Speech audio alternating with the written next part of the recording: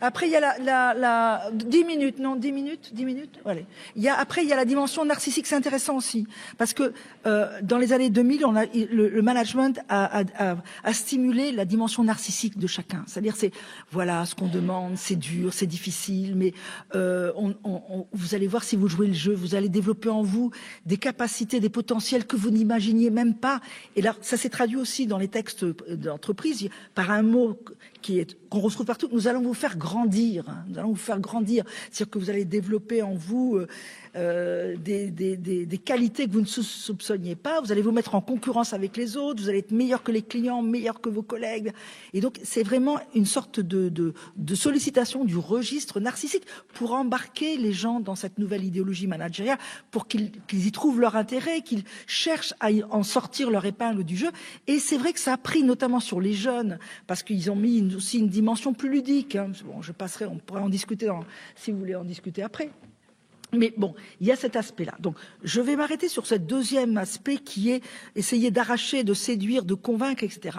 C'est très important. C'est très, très important. Et juste, je rajouterai quelque chose qui me semble fondamental. C'est la transformation des directions des ressources humaines, qui sont devenus, effectivement, comme vous l'évoquiez au tout début, les DRH du bonheur et de la bienveillance, avec des Chief Happiness Officers, des responsables en chef du bonheur, qui sont là pour prendre en charge toute la périphérie du travail, le salarié dans toute la périphérie de son travail. C'est-à-dire qu'on va s'occuper de sa santé, de son bien-être, de ses émotions, de ses affects, de ses problèmes domestiques. Alors, on va le masser, on va le faire méditer, on va lui donner des numéros verts de psy. C'est une réalité dans la plupart des entreprises. On va lui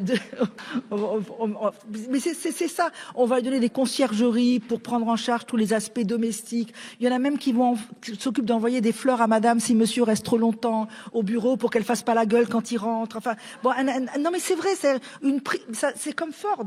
Comme Ford le faisait en son temps. Une prise en charge de la vie privée des individus.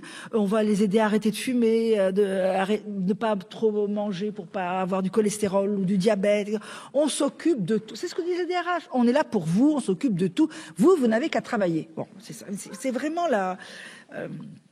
le registre. Alors, tout ça, c'est la prise en charge idéologico-éthico, narcissico-bienveillante des salariés pour qu'ils jouent le jeu de se soumettre, parce qu'on veut qu'ils travaillent, on veut qu'ils fassent usage d'eux le plus efficacement possible, mais en appliquant quand même des procédures, des process, des protocoles, des bonnes pratiques, des méthodologies qui ont été mises au point de façon extrêmement abstraite par les grands cabinets internationaux. C'est plus les petits bureaux des temps et des méthodes comme avant, mais ce sont des grands cabinets internationaux qui font du benchmarking, qui définissent les manières de faire complètement à distance de la réalité concrète et locale du travail. Bon, c'est eux qui définissent et on veut que les salariés les appliquent à la lettre. Bon, alors, c'est bien d'essayer de les convaincre, de les séduire, de les stimuler éthiquement, narcissiquement, etc. Mais quand même, c'est encore mieux, hic et nunc, de les verrouiller, de les contrôler, de les tenir, de les obliger. Et comment on fait? J'en ai pas plus que pour 5 minutes, là. Comment on fait pour les obliger? Eh bien, c'est là qu'on reste dans la logique la plus purement taylorienne. Il faut les déposséder de leur savoir. Voilà.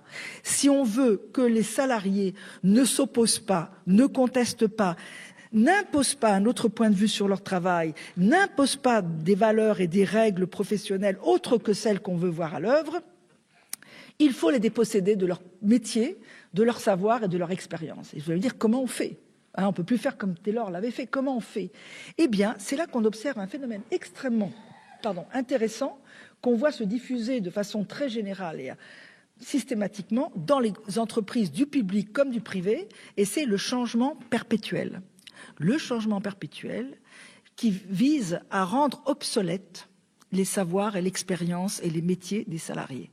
Alors, comment ça se pratique? Ça se pratique par des restructurations incessantes de départements et de services, des recompositions multiples des métiers, des changements systématiques de logiciels, une mobilité imposée à tous et des déménagements géographiques très très fréquents. Et on vise à brouiller tous les repères de telle sorte que les salariés ne puissent plus avoir confiance en eux-mêmes, avoir confiance en leurs connaissances, en leur expérience et en celle de leurs collègues, mais se retrouvent comme des apprentis dans leur travail. Eux qui étaient des vrais professionnels, ils sont dépossédés de la capacité de maîtriser cognitivement et professionnellement leur travail et ils sont ravalés au rang d'apprentis en permanence. Or, on sait comment se comportent les apprentis quand ils arrivent dans une entreprise. Ils ont le doigt sur la couture.